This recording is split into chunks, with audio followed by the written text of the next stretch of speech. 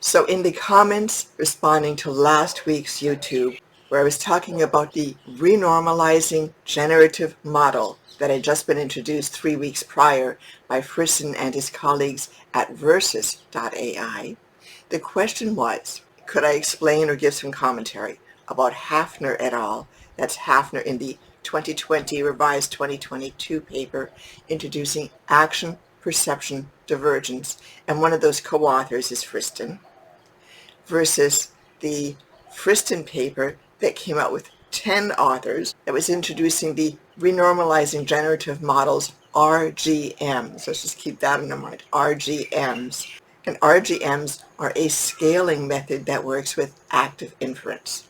And the short answer is no. I wish I could. I wish I could give you a simple point-by-point comparison. I'm not there yet.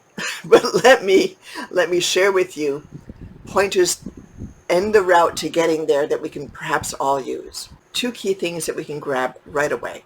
Number one, the Hafner et al. Paper is a conceptualization, it's a generalization, it's an abstraction almost. It takes it out of the specifics in the way that active inference was originally framed, and it starts off by talking about things in a complete joint probability sense, not a conditional. In the next few steps, they start getting into conditional probabilities, and the truth is you can work your conditionals a couple different ways, and then you can, depending on how you split up that Kullback-Leibler divergence, take it further steps.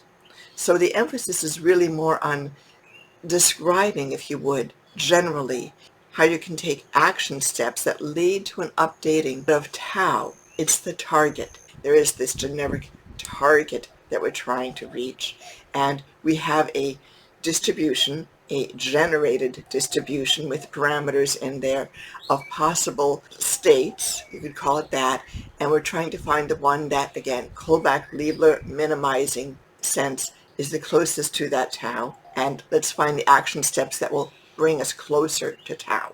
And then it's got an equivalent argument that it presents about perception, if you will. That's framed as a sort of general purpose description.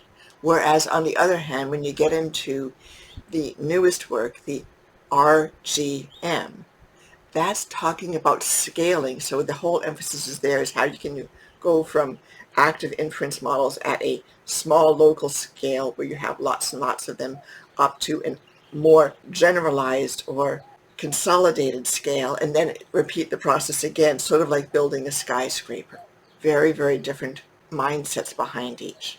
Now, if you are desiring to study Friston's work and you're looking at that most recent paper, it can be enormously confusing, to put it mildly. We know what's going on here, okay? Friston, new group of people, everybody's coming up to speed real fast, very bright, and there's a pressure to gain that intellectual capital in this whole AGI space. And the pressure specifically has been that in active inference it's been limited to small scale models, and this is an effort to say, wow, active inference is really very widespread capable because we can tackle these larger problems. So we know what's going on there. And they talk about some applications that they're working with images, they're working with video, they're working with sound, and then planning. So it's the idea of how can you chunk planning steps into bigger steps. All this is fine. All this is very lovely. But you've got 10 people glomming their work in on one paper, and it's a little chaotic, okay? So we understand that in the first case, it's kind of like putting a bunch of stones down on the Go board all at once and saying, we're going to dominate this corner of the Go board. And, 10 people, for example, putting down 5 different stones and claiming space. We get it. But that equation 1 in that particular case, and Friston is responsible for that one, I'm fairly sure, makes only a single reference to origin story, and that would be Beale 2003, which is his consistent reference. And that is, frankly, it's no help whatsoever. So let's talk about, if you are seriously trying to teach yourself Fristonese, what will help get you there? And I can only take you part of the way today, and then I hope to come back and fill in some more blanks. Let me just talk story with you. Oh, and by the way, I haven't introduced myself yet. Aliana Moran, founder and chief scientist of Themesis Incorporated, founder of the Themesis Academy. We are shortly going to be introducing a 3-week short course designed to help people address questions just like this. How can we, at a fairly high level, understand the key differences between what's coming out in terms of AI, generative AI, and AGI? Can we get a little bit of a chunking capacity there and differentiating between what's going on? Not terribly mathematical. There's going to be a lot of explanation as to how those things work, trying to keep it math light. But right now we're talking about a more detailed, mathematically specific approach, and that is what's being framed up, and particularly what's going on when Friston plops down his latest work, Single References Beeltaut 2003. Okay, here's the story. Key thing in all of Friston's work, all of active inference, which of course is going to propagate forward into RGMs, and of course it's foundational to Action Perception Divergence, APD, which is the Hafner et al. So this is the key theme. In Friston's earliest work, we're talking 2010, 2013, 2015. I like to grab those two papers, 2013, 2015, as sort of a useful origin point for our discussion. And what Friston does is he references Beal, Matthew Beal, 2003 dissertation on variational Bayes. If you would please go to the discussion box below this vid, click on the link to the blog post. The blog post has what you need. It's going to have several slides from this talk. So I'm going to invite you, for all the vids that I'm offering, if they're the kind of vid where you're starting to see a lot of cut-ins of B-roll slides, and I'm talking about them, but all of a sudden the slide disappears and you're saying, whoa, whoa, whoa, I only had that for 5 seconds and I really wanted it for like an hour and a half. I'm going to have some of those slides in the blog post itself. I'm going to have all the links that you need, prior relevant YouTube vids, prior blog posts, the papers. It's kind of like pairing up your resources. It's kind of like lecture session and then the text material that supports your lecture. So here's the thing, Beal 2003. The key innovation there is we're talking about having variational inference. It's still not very well known at that stage, but variational inference. And the key thing about variational inference is this. You're starting off with a basic Kullback-Leibler equation. And what you do is introduce a conditional dependence. Typically, the latent variable is conditionally dependent upon the observables. Once you introduce that, you're in the realm of generativeness. This is what makes it generative. Once you've got that done, all sorts of mathematical origami folding ensues, and then you've got an equation that formally looks like a free energy equation, and we can set about talking about free energy minima. Key thing in Beal, and then of course in Friston, is the notion of a Markov blanket. Now this is important here. We need to really give ourselves a moment. There are 3 elements that are under consideration. Number 1 is the external world, or psi. Number 2 is a representation of that external world, but this representation cannot directly access that external world. It's got to access it via sensing agents, so it can go out and perceive information and come back, and then it can act on the external world. And then you've got a model of the representation, and the model is going to have parameters, and the idea is you could smooth things out with the model. The model is going to be Q, the representation is going to be P. I spent so much time getting lost in the meaning of those things. So, backstory. It was 2016, and I was just getting my own research started again after a tremendously long hiatus. In my gut, I really had a sense that whatever we did to model brain processes and whatever we did to bring neural networks and other mechanisms forward and get into that AGI realm, we needed to do a free energy minimization process on a brain-like model. So there I was, Googling, of course, because that's what we had in those days. It was just Google, free energy, and brain. Friston's name came up. I looked at his stuff and thought, well, damn, yeah, this is going in the right direction. And I spent the next several years teaching myself Fristonese, so to speak. So here's what I want to offer to you today, as if you're into the math of it, this is a really useful starting step. First of all, I'm going to offer 2 papers and then a few suggestions about some other resources. Paper number 1, Kullback-Leibler divergence. You may already be so smooth and so comfortable with the Kullback-Leibler that this is going to be irrelevant for you. But for a lot of us, what we need to understand is the Kullback-Leibler divergence, and that in anything generative, we're working with the reverse Kullback-Leibler divergence. Reverse meaning we're comparing iterations or variations of the model against a representation. Whatever you do in generative AI, it's going to be the reverse Kullback-Leibler. So I've got a little paper out that I recently revised. I smoothed out the notation because it's that PQ thing and it took me a while to be absolutely clear. Link to that in the blog post. And then there's a paper that I've recently revised and it's up on archive now, and I think it's 6th version.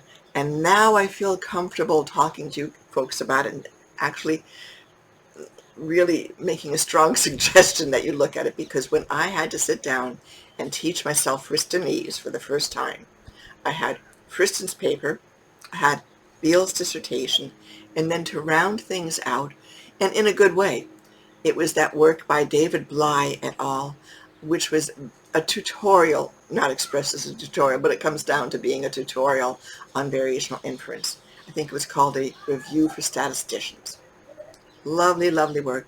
There's a couple of elements in that describing this, just a different perspective that we want to have. But there I was, 3 different notational systems and trying to get a comprehensive understanding. So I wrote this tutorial for myself. 6th revision later, which I just accomplished a few weeks ago. I think it's solid. I think it's good. I so heartily recommend it. So I call that particular paper a Rosetta Stone, because it's a translation between 3 notational systems, Friston, Beale, and Bly et al. And what you'd find useful if you're trying to do this is that I start with the Beale dissertation and work through the equations and do the corollary version with the Fristonese notation and show you how we're mapping to very specific equations in the Friston papers that we're trying to read. Now that only gets us as far as Friston 2013, 2015, and then, I know, this is a big one, he makes a notational shift, and we want to talk about this for just a moment, because I said it was essentially a 3-body problem. You've got the external reality, psi. You've got the representation separated from external reality by a Markov blanket. We're going to call that, just call it R for now. And then you've got a model. So 3 things, but you're trying to scrunch them all into a single conditional equation, and it just got weird, head spinning, and in Friston's case, it's a little bit complex, and Friston has a tendency towards very, very convoluted notation, and most of us are typically a little bit simpler, so that's a little awkward. So that second paper, it's called Derivation of Variational Bayes. It'll get you from Beale 2003 to Friston 2013, 2015. And then what happens? So if you're going to be reading the current and recent Friston works, and Hafner, they drop the explicit notation of the external reality, so that you're not seeing psi explicitly in the equation anymore. Implicitly, what we're trying to do is model psi. We're trying to model the external reality, and we're trying to represent the external reality, but we're not trying to jam all 3 notions into one equation. So there's an evolution of the equations and the notation in the Friston papers from about 2016 through about 2019. That would be the jumping off point to get to the RGM paper. And when I was looking at that single equation 1 in the RGM paper, you know what? It's plunked down there. The terms are not being defined. I mean, like, really, guys, I know that you had to slam it together real fast. Next round, and of course that is your version 1 for your archive paper. Next round, define terms.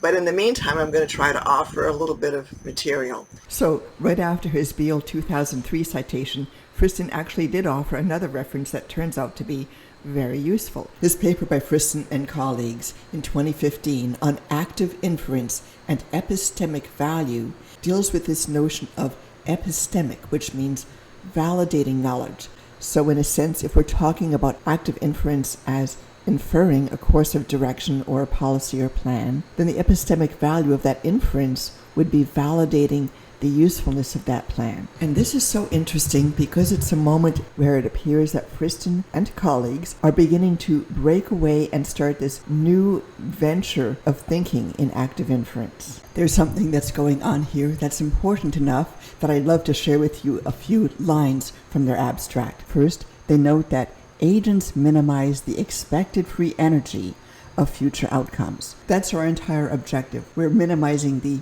expected free energy. So next they talk about the negative free energy or quality of a policy. If what we're trying to do is minimize the expected free energy for a system, then as we drive that expected free energy towards a minimum, then the negative of it would be something that we would seek to maximize, and that would be the quality, and now we're bringing in that notion of an epistemic value. And they're talking about decomposing it into extrinsic and epistemic or intrinsic values. This is about where they start naming or interpreting the various terms that you can get when you take that reverse Kullback-Leibler divergence and break it apart different ways. Now let's look quickly at equation 1 in the Renormalising Generative Models, the Pixels to Planning paper. We can see that there's similarities in notation, and that the notation used in Friston and colleagues 2024 really can trace its roots back to 2015. At the same time, there's just enough difference in those equations that I'm not going to attempt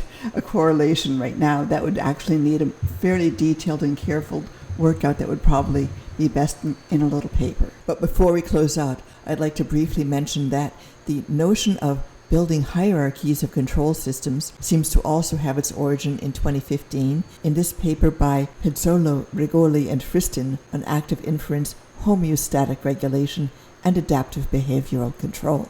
I also really like this 2016 paper on active inference and learning by Friston and colleagues because they develop in a little bit more depth that trade-off between exploration and exploitation as processes within the same system. There are several more papers that contribute to this evolutionary timeline for the development of active inference, but let me just pick up two. In the 2017 work, Active Inference, a Process Theory, by Friston and colleagues, they capture a lot of the thoughts that they've developed in the previous few years and summarize them and put them in very good context in terms of current thinking regarding neurophysiology. Not only that, it's got one of the best glossaries for terms so far. So what we can see so far is that time frame of 2015 through 2017 was very fruitful for the Friston group, a lot of evolutionary advances in their formulation. So I know the person who asked the initial question that sponsored this whole video was really asking for a simple, short, and succinct summary, and this has been anything but. And I am so sorry. But what we're showing here is, it's two things. First of all, that there is no easy, trivial answer at the moment. Probably after I work through this for the next 2 months, really, it's going to take that long, I can do a better consolidation, and I'll try to do a few summary points at the end. And the second thing, which is really important, is that this evolution of the RGM, the Renormalising Generative Models, it's got a very deep process that's led to it. There's been work not only in the hierarchical aspect of it or the scaling, but in the concept of how do we take this simple, straightforward, more or less straightforward, reverse Kullback-Leibler divergence and break it apart multiple different ways. And each time we do that, we have different terms and we can interpret these terms in different ways. And then add to it, I want to add on another work that deals with a reformulating of the theoretical aspect regarding the free energy equation. So there's very substantive and significant theoretical work that's gone on within the past several years contributing to active inference, and this of course lends to the whole RGM. So what we've just done is trace the course or the evolution of active inference conceptualization from its origins in about 2010 all the way through current time almost. We've outlined a course of reading that could take any sane person about a year, and it would not be trivial. But suppose that you're trying to start with the current situation and work backwards, starting with some review papers. There's 2 papers that I'd like to suggest, and then of course the recent book by Parr, Pizzolo, and Friston, dominantly by Parr and Pizzolo. So the first of these papers is a really beautiful and important review by Noor Sajid and colleagues, including Friston, and that is so important because it puts active inference in a contrast to compare with reinforcement learning. And as we seriously begin to consider active inference as a dominant mechanism, as something that will emerge as the leading contender for planning in AGI, we need to have that understanding fairly well under our belts. Last recommendation, and I promise it's the very last recommendation I'll make today, is the paper Active Inference, A Theory of Sentient Behavior by Pizzolo, Parr, and Friston, same authors as who wrote the book, but this is a paper available online. It's only 9 pages. It's a very recent release, 2024, and it might be the very best place in which to get started. So with that, if you wanted to trace the timeline for Renormalising Generative Models, or RGMs, we've traced it forward from time through the current, and then identified some very current resources by which you could start working backwards. We're going to pick up on this. In the meantime, if you're serious about this, you've got 2 papers, 2. The most useful one, if you're going to do that long-term study, starting with Beale 2003, maybe a quick look at Bly, and jump into Friston and do that delicate, nuanced, how do we trace our equations forward? That's the derivation of variational Bayes. I've got to confess, it is tortured, it is convoluted, it is downright obtuse, and it's a hell of a lot better than trying to teach yourself on your own. So it's the result of my studying Friston from 2016 up until now, and I'm hoping to God it helps you with that work. Then we will pick up going forward into the more recent notation. Oh yeah, I didn't mention other resources. 2 YouTubes prior to, not this one, but the last YouTube. There were 2 YouTubes on Action Perception Divergence. If you subscribe to my channel, love you for it. Thank you. And if you haven't, of course, please do. But what I'm really going to ask you to do is go over to Themesis, find the About button up at the top. It takes you to our homepage. Scroll down, find the opt-in form, opt in, give it your email address, do that whole confirm thing, and then when I start sending you emails, move them to your preferred folder, because we're trying to send things out fairly often. And if you're just relying on YouTube and the YouTube algorithm to show you a YouTube that's relevant to this discussion, we might miss each other in conversation. But if you're opted in, you'll get an email from me saying, hey, guess what? This week's new YouTube, or this week's new blog, or here's a paper. So it'll be to your great advantage if you're in regular communication and catching all the latest. So thank you. It's been lovely to have a moment with you. 2 more final comments, though, in closing. I'm going to keep this brief. If you have a chance to start building your education from the bottom up, getting as much math and physics as you can to front end is the absolute best choice. Add in information theory, add in some Bayesian, add in cognitive science, add in a little bit of symbolic logical representation. The list keeps going on. Second point, not that many of us have the time, patience, tolerance for doing this delicate, nuanced, in-depth, exceedingly subtle study where we're going to compare equations, and it's like, okay, what's conditionally dependent upon what, and what do all these little variables mean, and what do the subscripts mean, and oh my gosh, that is a level of detailed care that most of us, we honestly can't afford to do. It's just like, can you just give me a summary, please? It's like what that question was that kicked off this entire vid. So let's make a first pass at that kind of contrast and compare. And by the way, with the thumbnail that I used for this YouTube, I'm not attempting to suggest that Friston and his colleagues at Verses were applying the RGM to the game of Go. What they really applied it to was the game of Pong, one of the Atari-type games. And I'm illustrating it with a game of Go because they may go there at some point in the future, but it was one that I could easily visualize in terms of developing strategic elements, and it was easier to do a Go board than a chessboard. I could just as well have illustrated this with a Spartan strategy during the Peloponnesian Wars, or comparably, efforts to bring out the vote or sell Girl Scout cookies. So let's look quickly at APD, Action Perception Divergence. It's an exceedingly broad, generic, almost one-size-fits-all kind of a method or approach. And one of the things that excites me the most, and I'm so eager to show this to you in what I hope will be a very near term, will be a specific worked example where I'm going to offer you a model, and for most of us it will be a relatively new kind of model. The idea with this model is that we're going to want to have control parameters. We're going to need a mechanism to actively select those control parameters and guide them through a parameter phase space. And we're going to want trajectories for these control parameters, and I am so excited about the possibility of using Action Perception Divergence just for this purpose and showing it to you in a worked example, and we will have the most fun. It'll help us take this sweeping, generic, conceptual approach down into something pragmatic and real and tangible once we have to start to figure out what are my latents, what is the probability of my latents, what is the expectation of the probability of my latents, and how do I put some numbers on that. So that will be a whole lot of fun, and it will make this whole subject a lot more real. So please look for that in a relatively near YouTube.